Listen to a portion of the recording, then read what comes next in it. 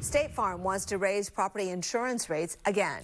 This announcement comes just a week after California's insurance commissioner approved the company's request to increase premiums as high as 38%. 7 on your side, Stephanie Sierra continues to follow the story for us.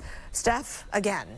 Yeah, here it is, Kristen and Larry. Just to be clear, this request is in addition to what's already approved. And if granted, it would give State Farm the rate hikes they originally asked for last June. And these are substantial increases. Here's a breakdown of the numbers.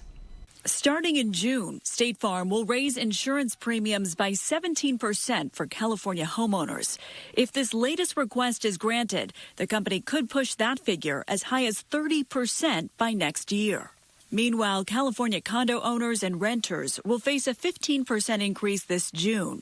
But this latest request could raise that figure next year to 36% for condos and 52% for renters. This is a real issue. The company hasn't produced the documents it needs to show that these rates are justified, and yet they're getting the rate hike anyway. And now they want more. That's just greedy. It's just plain greedy. Consumer Watchdog is the only group fighting the rate hikes, arguing policyholders should not have to pay for State Farm's mismanagement.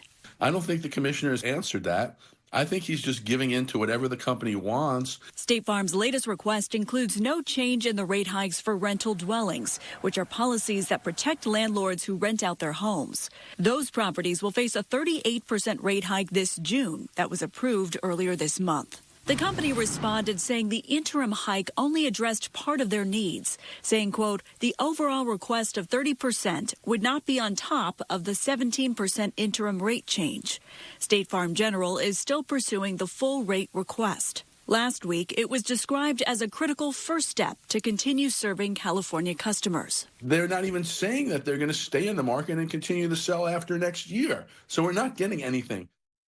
Now, none of these new figures are set in stone. All of them will have to be discussed during the next hearing in October, where State Farm will be expected to justify these requests with data. So we'll see. Yeah, ongoing situation. What does the commissioner have to say about this? And you've done a number of stories on Commissioner Lara.